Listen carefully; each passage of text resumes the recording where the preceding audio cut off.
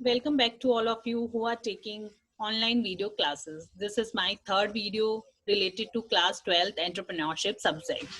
Student, we have studied here chapter 1 of class 12th. As you already know, we have already studied here three topics of chapter 1. Topic number 1, that is business opportunity, elements of business opportunity. Second topic, that is perceiving and sensing entrepreneurial opportunity. We have studied here perceiving and sensing of business opportunity definition, factors of perceiving and sensing business opportunity, and the third topic we have studied here is environment scanning.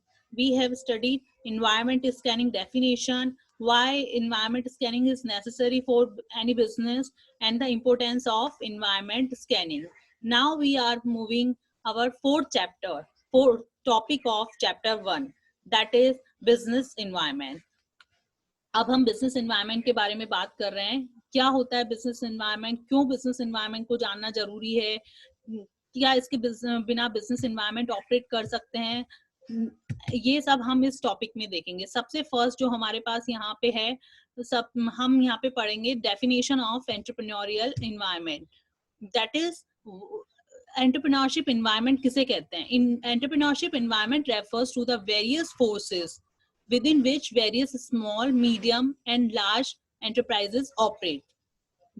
These factors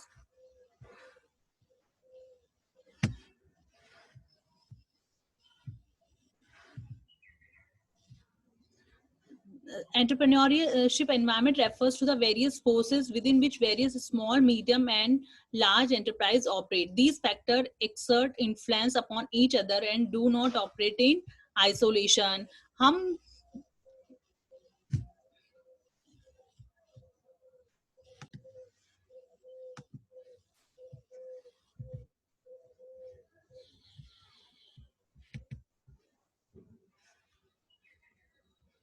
यहाँ पे हमने देख रहे हैं कि entrepreneurship environment वो होता है जो बहुत सारे फोर्सेस को अपने अंदर कंसिडर करता है. दैट मीन्स जो उसके आसपास जो बिजनेस से रिलेटेड है वो सारे person, people, organisations, it may be government, कोई भी लोग हो सकते हैं, कोई भी ऑर्गेनाइजेशन हो सकती है जो डायरेक्टली और इनडायरेक्टली बिजनेस से रिलेटेड होते हैं. हम वो सारे फोर्सेस को बिजनेस एनवायरनमेंट के अंदर कंसिडर करते हैं. क्यों? क्योंकि कोई भी बिजनेस एनवायरनमेंट सिंगल ऑपरेट नहीं हो सकता. यदि हम सोचे कि हम ही मैन्युफैक्चर कर लें प्रोडक्ट को, हम ही रॉ मटेरियल को एक्वायर कर लें कहीं से, या हम ही रॉ मटेरियल को प्रोड्यूस कर ले, उसी पे मैन्युफैक्चर कर ले, हम ही उसी प्रोडक्ट को सेल कर दे, किसी और पर्सन की रिक्वायरमेंट नहीं है, या हम ही उसे कंज्यूम कर ले, तो ये सारी एक्टिविटी एक बिजनेस ऑर्गेनाइजेशन के लिए पॉसिबल नहीं है. इसीलिए हमें बिजनेस एनवायरनमेंट में हम वो सारे फैक्टर्स, सारे फोर्सेस को कंसिडर करेंगे. वो मे बी डायरेक्टली बिजनेस से रिलेटेड हो, मे बी इनडायरेक्टली बिजनेस से रिलेटेड हो, सारे फोर्सेस को हम यहाँ पे कंसिडर करते हैं. यहाँ पे डेफिनेशन बोली गई है, entrepreneurship environment refers to the various forces within which various small, medium, and large enterprises operate. These factors exert influence upon each other and do not operate in isolation. Next line क्या है कि these factors exert influence upon each other. जो factors है एक दूसरे पे influence करते हैं, मतलब उनके बिना पॉसिबल नहीं है. Do not operate in isolation. Just like एक एग्जांपल दूं, यदि जो हमें मैन्युफैक्चर रॉ मटेरियल प्रोवाइड कराते हैं हमारे बिजनेस के लिए, यदि उन्होंने रॉ मटेरियल प्रोवाइड करना बंद कर दिया, तो दैट मीन्स हमारा बिजनेस टोटली इन्फ्लुएंस हो जाएगा, टोटली हमारे बिजनेस पे इफेक्ट पड़ेगा. तो दैट मीन्स ये फैक्टर हमें इन्फ्लुएंस करते हैं, हमारे बिजनेस को इन्फ्लुएंस करते हैं. उनके बिना हमें बिजनेस ऑपरेट करना बिल्कुल भी पॉसिबल नहीं है.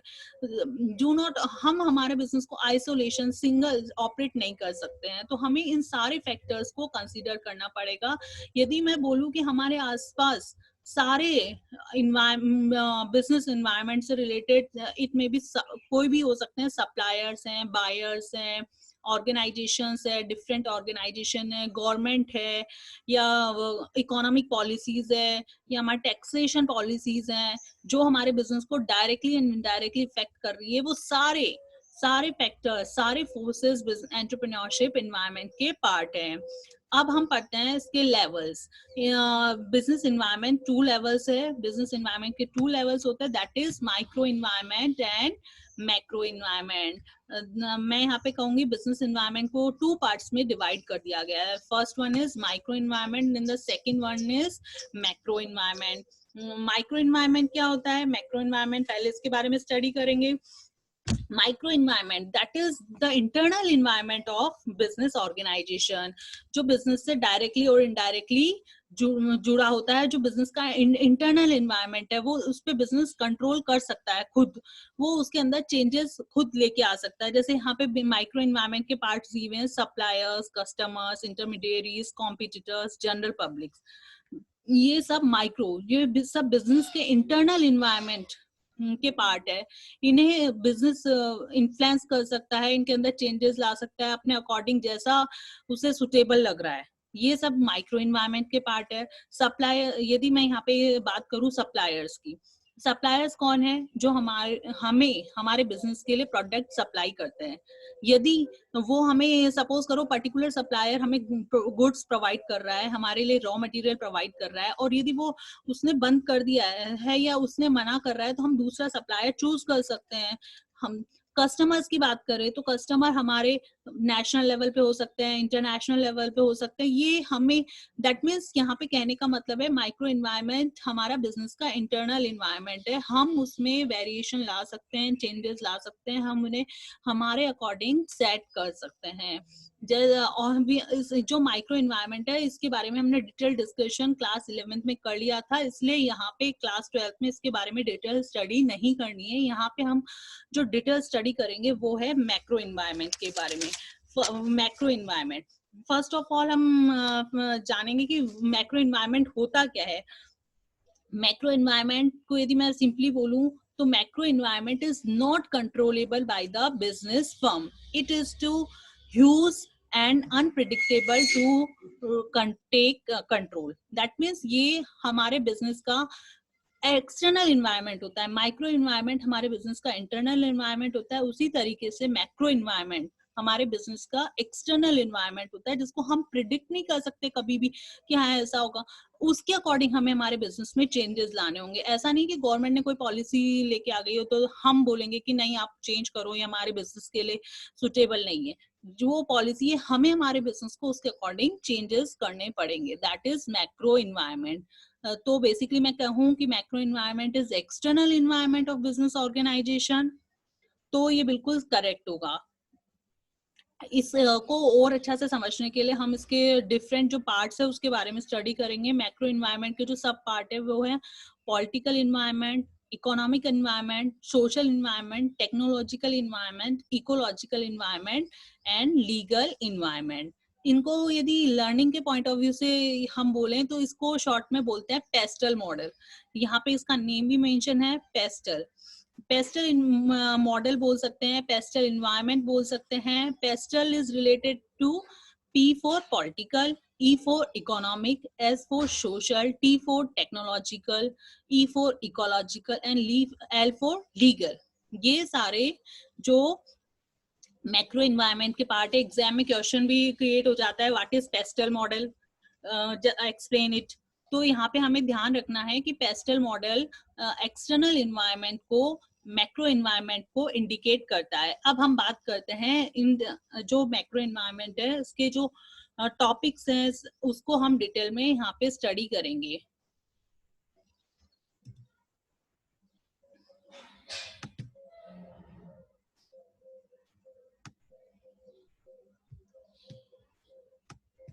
सबसे फर्स्ट यहाँ पे ऑलरेडी बुक में गिवन है, the micro factors have been discussed in class 11, so we move on to factors affecting the macro environment. Class 12 के लिए जो इम्पोर्टेंट है वो है मैक्रो इन्वायरमेंट। अब मैंने ऑलरेडी बताया था कि मैक्रो इन्वायरमेंट को हम पेस्टल मॉडल के नाम से भी जानते हैं, तो अब हम यहाँ पे पेस्टल मॉडल के बारे में डिटेल स्टडी कर रहे हैं। फर्स्ट वन इसका पॉलिटिकल इन्वायरमेंट। जो मैक्रो इन्वायरमेंट का फर्स्ट पार्ट है वो है political environment. What is political environment? Political environment is related to taxation policy, government stability, foreign trade regulation. All our topics that is related to our government are considered in political environment. यदि government कोई policy लेके आ रही है, suppose let us take an example, यदि government GST लेके आई है सारे business enterprises के लिए, government goods and service tax लेके आई है, तो दैट मीन्स ऐसा नहीं कि किसी पर्टिकुलर ऑर्गेनाइजेशन, नहीं हम तो वैल्यू एडेड टैक्स यूज करेंगे, नहीं हम तो सेल टैक्स यूज करेंगे, नहीं, सबको जो गवर्नमेंट सबके लिए एक यूनिफॉर्म टैक्स पॉलिसी लेके आई है, goods and service tax GST, तो सभी एंटरप्राइजेस को उसको इम्प्लीमेंट करना पड़ेगा. तो दैट मीन्स एक्सटर्नल इन्वायरमेंट जिसके अकॉर्डिंग हमें बिजनेस में, हमारे बिजनेस में चेंजेस लेके आने पड़ेंगे. नेक्स्ट एग्जाम में बात करूं, economic environment. Economic environment basically related to monetary, all monetary or environment related to a country. The economic environment include interest rate, inflation, business cycle, unemployment, disposable income, energy availability and cost. ये सारे economic environment के part है. अब हम देखेंगे कि economic environment किस तरीके से इफेक्ट करता है. यहाँ पे कुछ एग्जांपल ले रहे हैं, जस्ट एक एग्जांपल ले रहे हैं कि इंटरेस्ट रेट. गवर्नमेंट ने यदि हमारे यदि हम बिजनेस में बहुत सारा जो amount invest as a loan कर रहे हैं, और यदि गवर्नमेंट ने जो लोन इंटरेस्ट रेट है उसको इंक्रीज कर दिया है या डिक्रीज कर दिया है, तो भी हमारे बिजनेस को वो डायरेक्टली और इनडायरेक्टली इन्फ्लुएंस करेगा. हो सकता है हम दूसरे जो फाइनेंशियल रिसोर्सेज है उनकी तरफ मूव कर जाएं.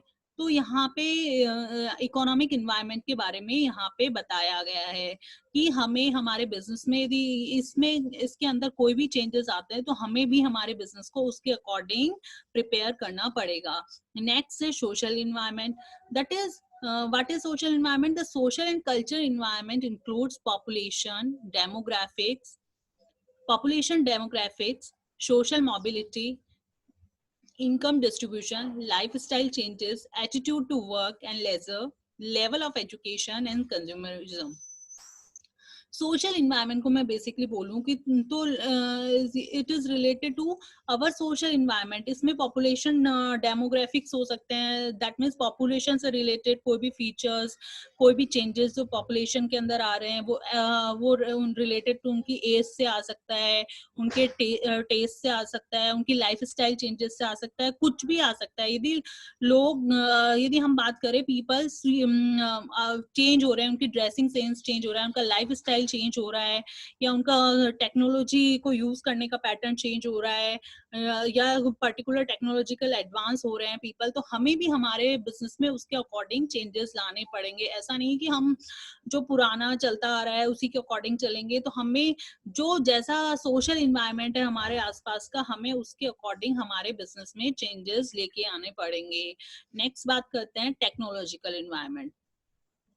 टेक्नोलॉजिकल इन्वायरमेंट में बेसिकली यदि कहूँ यहाँ पे, तो it is related to technology. It is influenced by government in spending on research, new discoveries and development. Government and industry focus of technological efforts, speed of technological transfer and rate of obsolescence. कहने का मतलब है यदि कोई भी चीज, कोई भी यदि हम बात करें कि बिजनेस में कोई न्यू टेक्नोलॉजी आती है, यदि कुछ प्रोडक्ट में टेक्नोलॉजिकल चेंजेस हुए हैं, तो हमें भी हमारे बिजनेस में उनके अकॉर्डिंग चेंजेस लाने पड़ेंगे. पहले हम देखते थे कि कोई भी हम बैंक में जा रहे हैं कुछ भी, तो हमें कैश विड्रॉल करने के लिए कैशियर के पास ही जाना पड़ता था. अब एटीएम मशीन्स आ गई है. और यदि हम टेक्नोलॉजी की बात करें तो पहले ब्लैक एंड व्हाइट टीवी थे, देन आफ्टर कलर टीवी आए, उसके बाद में एलसीडी एलईडी टीवी आए. तो हमें भी हमारे बिजनेस में उनके अकॉर्डिंग चेंजेस लेके आने पड़ेंगे. अदरवाइज वो हम यदि एक्सटर्नल इन्वायरमेंट, मैक्रो इन्वायरमेंट के अकॉर्डिंग हमारे बिजनेस में चेंजेस नहीं लेके आते हैं, तो ये हमारे बिजनेस के लिए एक फेलियर रीजन बन सकता है. यहाँ पे बोला है रेट ऑफ ऑब्सोलेसेंस, या इसका मीनिंग है दैट मीन्स जो कंपनी के असेट्स है उनके आउटडेट. ऑब्सोलेसेंस मतलब जो हमारे लिए अब यूजफुल नहीं रही है. तो दैट मीन्स यदि न्यू टेक्नोलॉजी आती है तो हमारे लिए पुरानी जो टेक्नोलॉजी है या पुरानी मशीन्स है वो हमारे लिए ऑब्सोलीट हो जाती है, आउटडेटेड हो जाती है. नेक्स्ट बात करें हम हमारा ecological environment. Ecological is related to the environment ecology is related to the environment which are surrounded by us, with us. तो इकोलॉजिकल यहाँ पे बताया गया है कि किस तरीके से हम हमारे गुड्स को, हम यदि बिजनेस ऑर्गेनाइजेशन है तो किस तरीके से हम गुड्स को प्रोड्यूस कर सकते हैं with minimum wastage, with minimum environmental damages. यदि सपोज कीजिए यदि गवर्नमेंट ने कुछ स्टेप लिया है, गवर्नमेंट ने पर्टिकुलर इंडस्ट्रीज के लिए अनाउंस कर दिया है कि आपको ये वाली टेक्नोलॉजी यूज करनी है जिससे मिनिमम इन्वायरमेंट डैमेजेस होगा, तो दैट मीन्स आपको वो टेक्नोलॉजी यूज करनी है।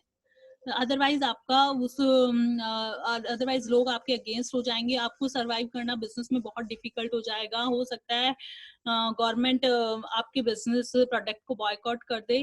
नेक्स्ट हम पढ़ते रहे हैं legal environment. It cover such as taxation, employment law, monopoly legislation and environmental protection law.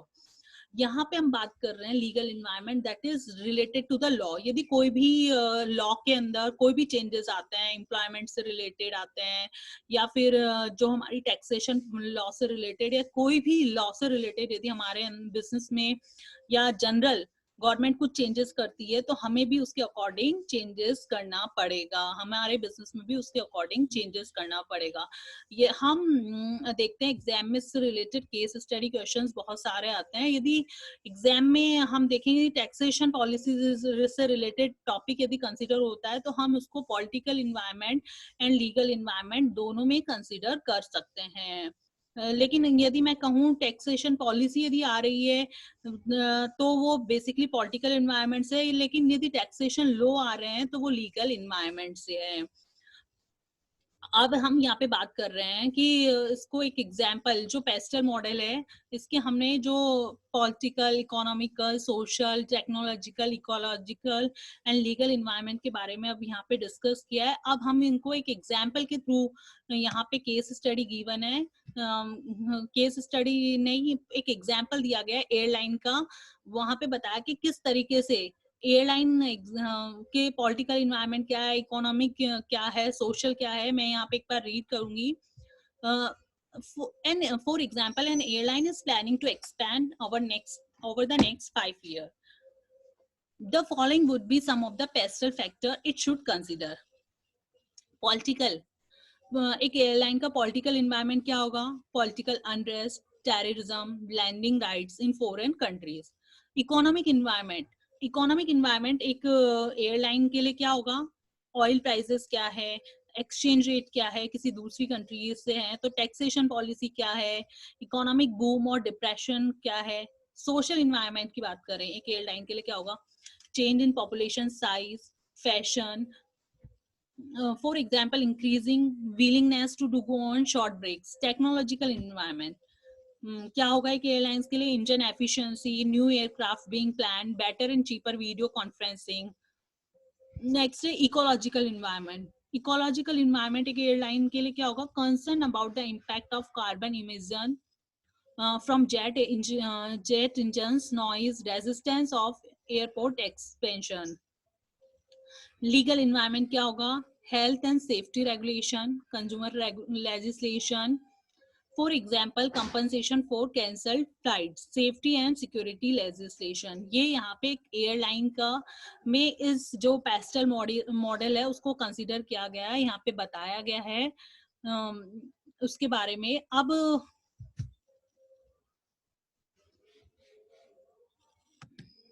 Pastel model हमने यहाँ पे स्टडी किया। एक बार मैं वापस बताना चाहूंगी कि इस टॉपिक के अंदर हमने क्या पढ़ा। इस टॉपिक के अंदर हमने बिजनेस एनवायरनमेंट के बारे में स्टडी किया कि बिजनेस एनवायरनमेंट क्या होता है, किस तरीके से हमारे बिजनेस को इफेक्ट करता है।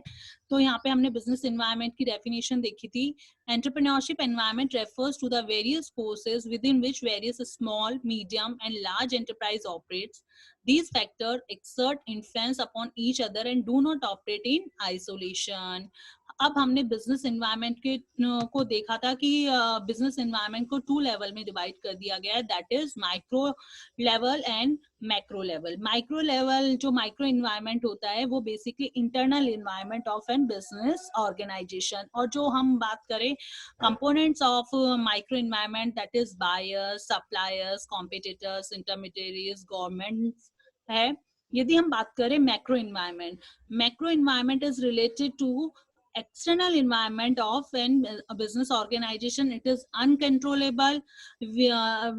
It is uncontrollable for our business organization. यदि हम बात करें मैक्रो एनवायरनमेंट के components, that is political, economical, social, technological, ecological and legal environment. These are the various component of macro environment. अब जो आपको वर्क करना है इससे रिलेटेड नोट्स है, तो आपको बिजनेस एनवायरनमेंट की डेफिनेशन नोट डाउन करनी है, एंड देन आफ्टर आपको micro environment and macro environment को यहाँ पे एक्सप्लेन करना है। आपको लर्न करना है कॉपी में। जैसा आपको पता है कि हम एवरी टॉपिक के एंड में नोट्स प्रिपेयर करते हैं, तो उस तरीके से आपको क्लास जो आपकी नोटबुक है उसके अंदर इससे रिलेटेड नोट्स प्रिपेयर करने हैं। Okay students.